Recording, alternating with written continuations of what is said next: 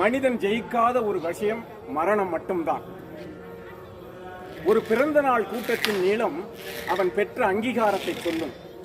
ஒரு இறந்த நாள் கூட்டத்தின் நீளம் அவன் வாழ்ந்த வாழ்க்கையை சொல்லும். வாழ்க்கை தத்துவம் கடவுளுக்கு புரிந்தது. வாழ்க்கை தத்துவம் கடவுளுக்கு புரிந்தது.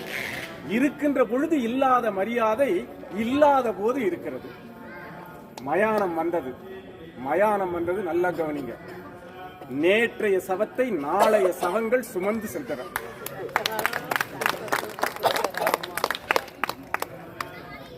கடவுள் யோசித்தான், இறப்பென்று ஒன்று இல்லாது இருக்குமானால் இந்நேரம் மனிதன் கடவுளையே கொண்டிருப்பான்.